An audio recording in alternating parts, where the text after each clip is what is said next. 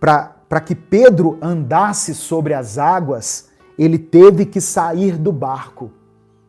Quantos estão entendendo, digam amém. É algo que Deus fala aqui muito claramente para mim nesse texto. Pedro saiu do barco e andou sobre as águas. Outra coisa importante, ele andou sobre as águas e foi na direção de Jesus. Fala de obediência, fala de ouvir a voz de Deus, fala de buscar a Deus. A palavra do Senhor diz assim: vocês vão me buscar e vão me encontrar quando me buscarem com todo o seu coração. Então, sair do barco e andar sobre as águas significa andar sobre os problemas, sobre as dificuldades, ficar acima das lutas, das perseguições, acima do pecado.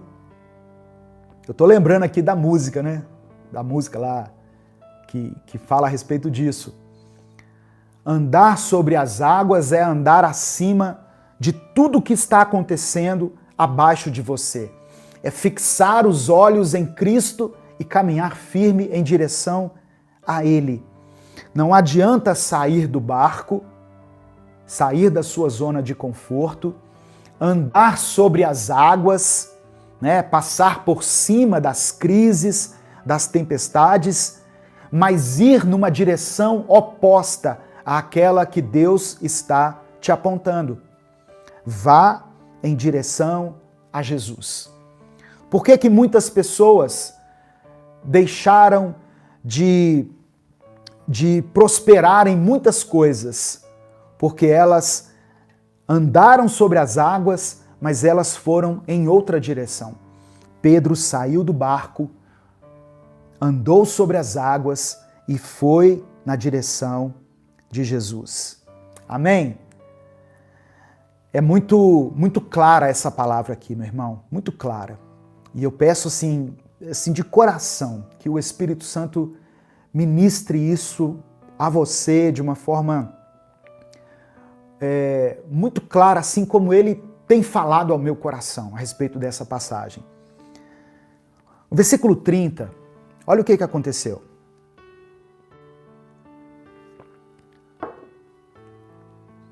Mas quando reparou no vento, ficou com medo. E começando a afundar, gritou: Senhor, salva-me. Tente imaginar comigo essa cena.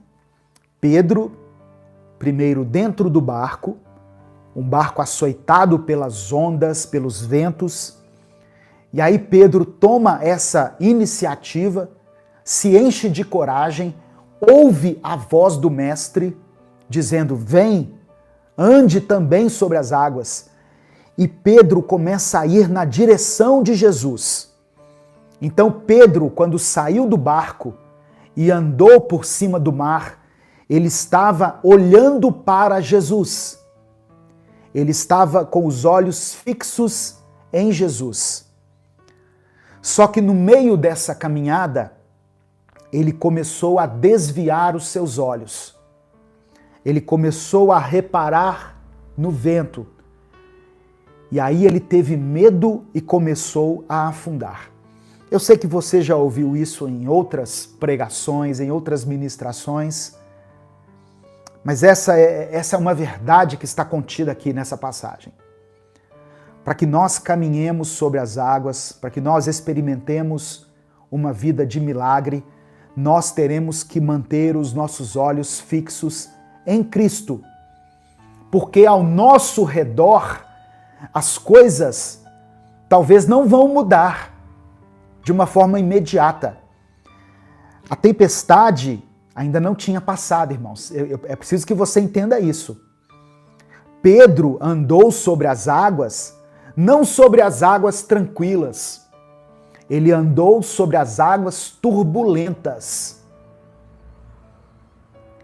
Muitas vezes Deus vai pegar a nossa vida e vai nos conduzir sobre águas turbulentas, em meio às dificuldades, em meio às crises, aos problemas, às provações da vida.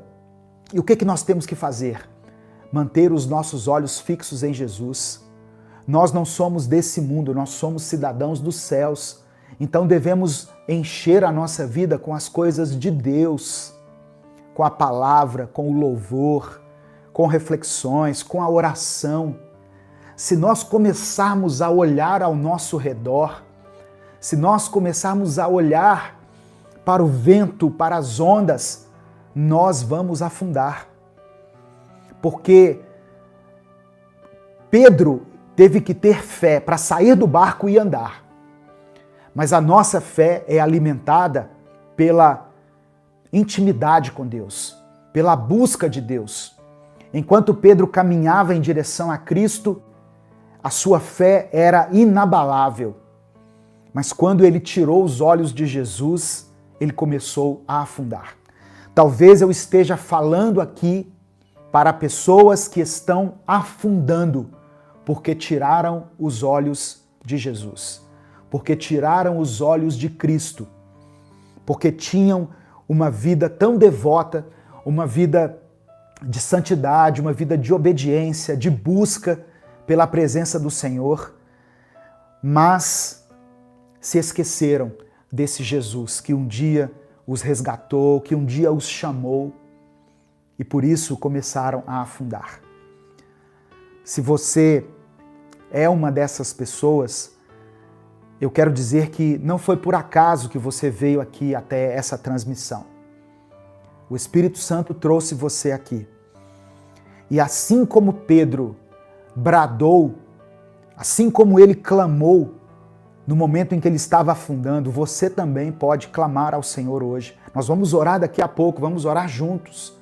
Vamos pedir a Deus, vamos clamar ao Senhor por todos esses pedidos que estão sendo colocados aqui nos comentários. Naquele momento, irmãos, quando Pedro teve medo, quando ele começou a afundar, ele gritou: Senhor, salva-me, salva-me. E o que Jesus fez? Está lá no versículo 31. Imediatamente, Jesus estendeu a mão e o segurou. Aleluia. E disse: homem de pequena fé, por que você duvidou? Mais uma vez, o texto nos fala aqui sobre a fé. Eu oro para que toda a incredulidade seja tirada do seu coração, para que você receba a fé de Deus aí onde você está. Que você não tenha nenhuma dúvida no seu coração. Porque isso aqui é a palavra de Deus. Isso aqui é a palavra de Deus. E eu sei que essa palavra chega hoje, nesse dia, como uma resposta de oração para muitas pessoas que têm clamado, que têm buscado a Ele. Versículo 32. Quando entraram no barco, o vento cessou. Jesus pegou Pedro pela mão, o segurou e eles voltaram para o lugar seguro, para o barco. E ali a tempestade acabou, o vento cessou. Jesus tem poder para nos livrar das tempestades, Jesus tem poder para acalmar as tempestades da nossa vida, para nos conduzir de volta a um lugar seguro. E Jesus também tem poder para nos fazer caminhar por cima das tempestades, por cima dos ventos, por cima de qualquer situação difícil, complicada, pela qual você esteja passando. Ele é Deus, Ele é onipotente. E esse Jesus, que tem poder sobre tudo, está aqui conosco hoje. Ele está aí ao seu lado, Ele está aqui comigo. E Ele quer ministrar ao seu coração. E por final, no versículo 33, fala da atitude que os discípulos tiveram. a partir do momento em que presenciaram aquele grande milagre. Diz assim o texto: então os que estavam no barco o adoraram, dizendo: verdadeiramente, tu és o Filho de Deus. Jesus é o Filho de Deus. Tudo isso aconteceu para que aqueles discípulos não tivessem mais nenhuma dúvida. Irmãos, quando a gente vê a história dos discípulos, a maneira como eles se entregaram ao Evangelho, como eles dedicaram a sua vida ao Evangelho, sem nenhum medo da morte, das prisões, dos açoites, do sofrimento, das perseguições, nós compreendemos que eles receberam a revelação no coração de que Jesus verdadeiramente era o Filho de Deus. E essa é a revelação que eu quero que você receba hoje, aí onde você está, no seu coração. Deus pode fazer de você vitorioso. Deus pode fazer com que você vença essas tempestades. No nome de Jesus. Porque Ele verdadeiramente é o Filho de Deus. Somente Jesus é digno da nossa adoração.